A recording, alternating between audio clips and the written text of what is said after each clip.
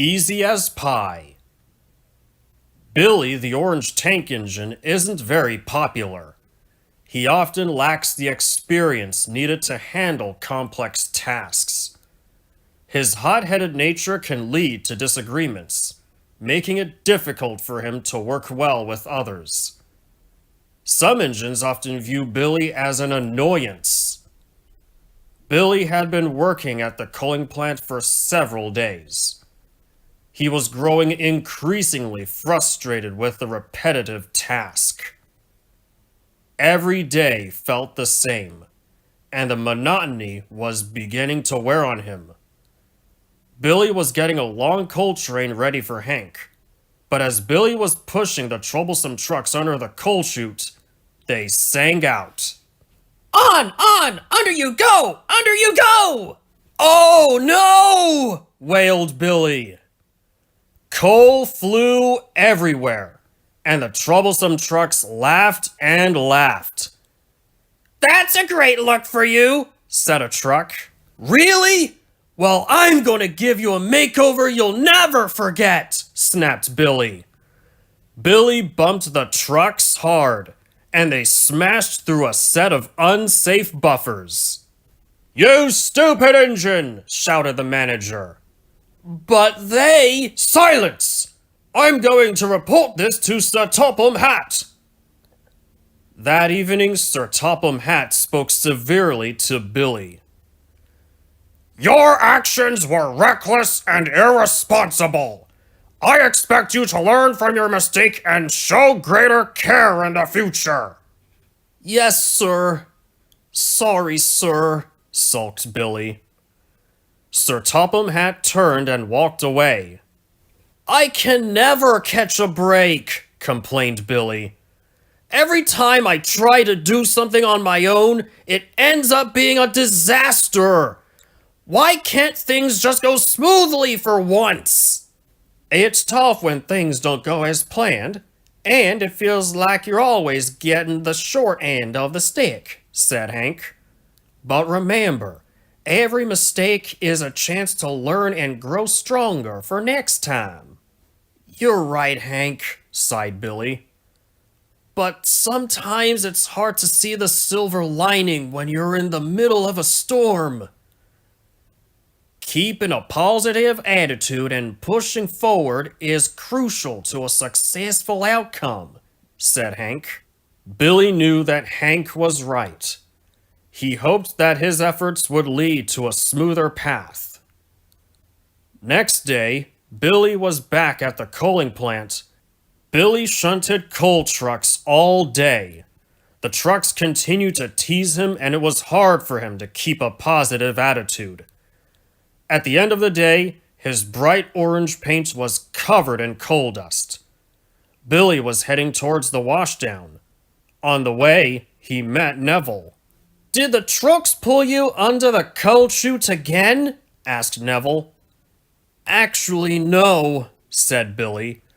"All they did was constantly tease and jostle me, making it difficult to stay focused." "That's nothing new," frowned Neville. "For 5 days, it's been nothing but coal, and trucks. Why can't Sir Topham Hatt give me a different job for a change?" complained Billy. "Don't fret. I have been doing the same job for 5 days as well," said Neville. "Really? And what's that?" asked Billy. "Pulling ballast trucks," explained Neville. "The new branch line needs lots and lots of ballast." "New branch line?" repeated Billy. "What new branch line?" Before Neville could answer, the signal changed and Neville steamed away, and Billy set off towards the washdown. "Just imagine," said Billy, "me running a branch line. That would be wonderful." "It would," said his driver. "But remember this, Billy. There are lots of engines to pick from." Billy frowned. He knew that his driver was right. Later at Kronk's sheds, Billy was telling Hank all about the new branch line. Yes, I know all about the new branch line, chuckled Hank. I won't be running it.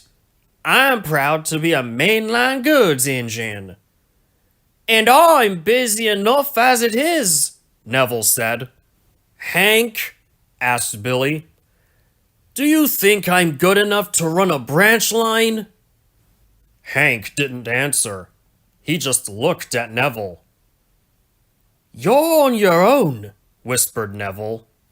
Oh, well, Hank finally said. There are many other engines. So that's a no, huffed Billy. I didn't say that, interrupted Hank.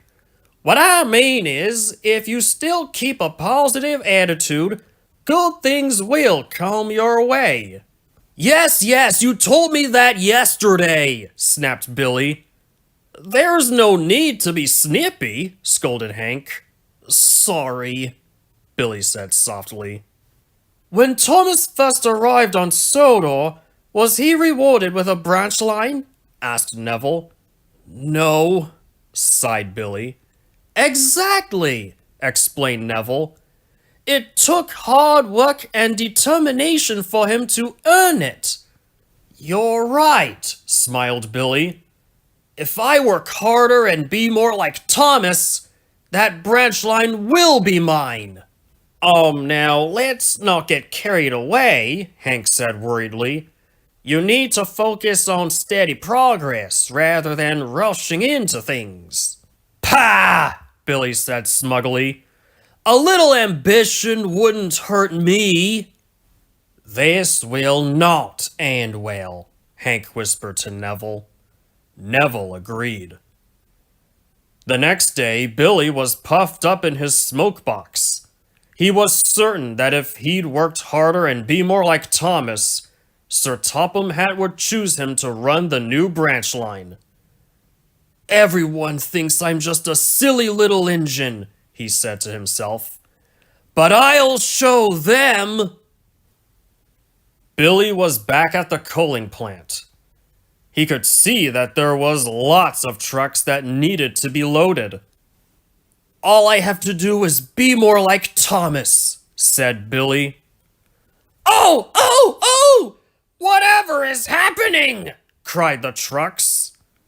Come along, puffed Billy.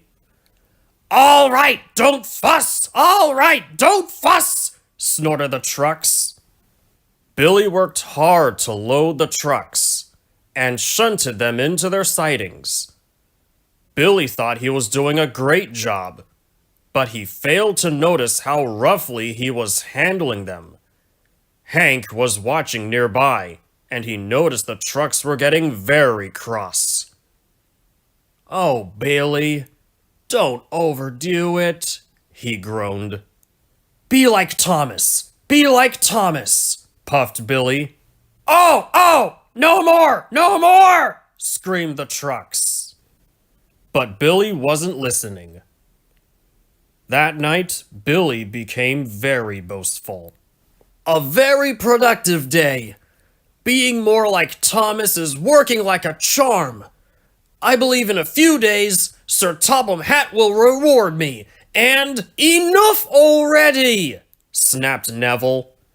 The new branch line isn't even ready yet.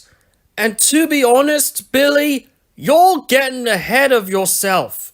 Sir Topham Hatt might choose someone else to run the branch line instead of you. Pah! Billy said. You have very little faith in me. I picked up a lot of experience.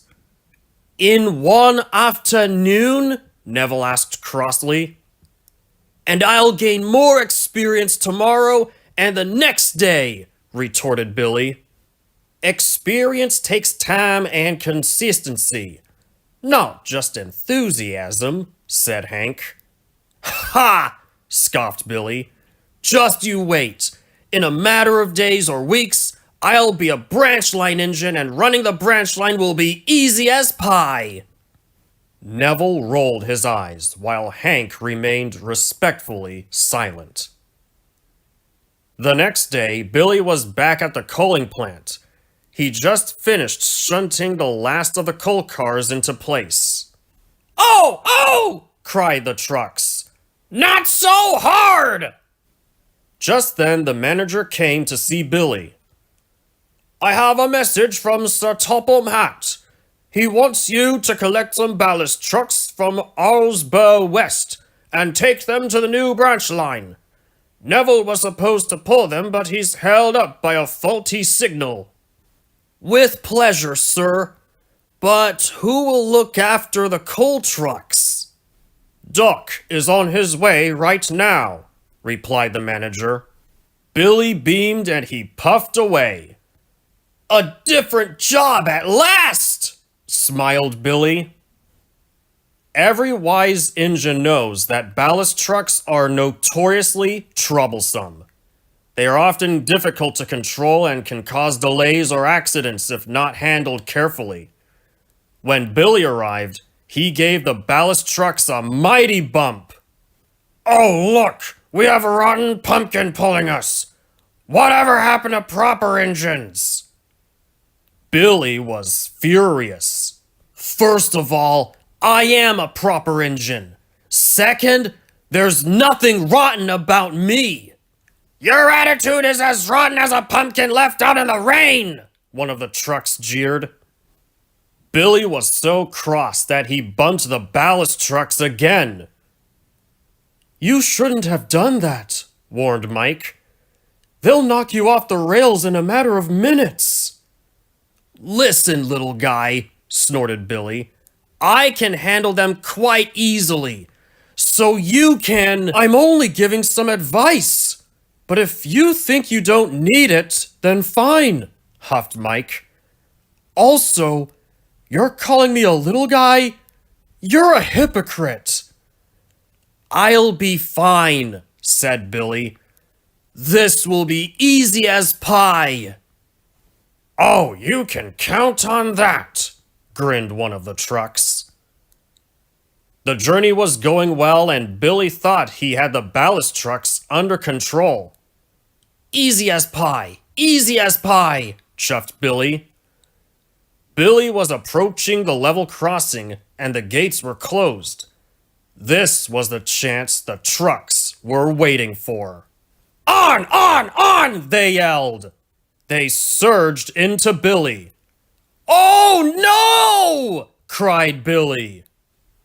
Billy closed his eyes as he smashed into the closed gate. At Abbey Station, Hank was collecting passengers when Billy raced by.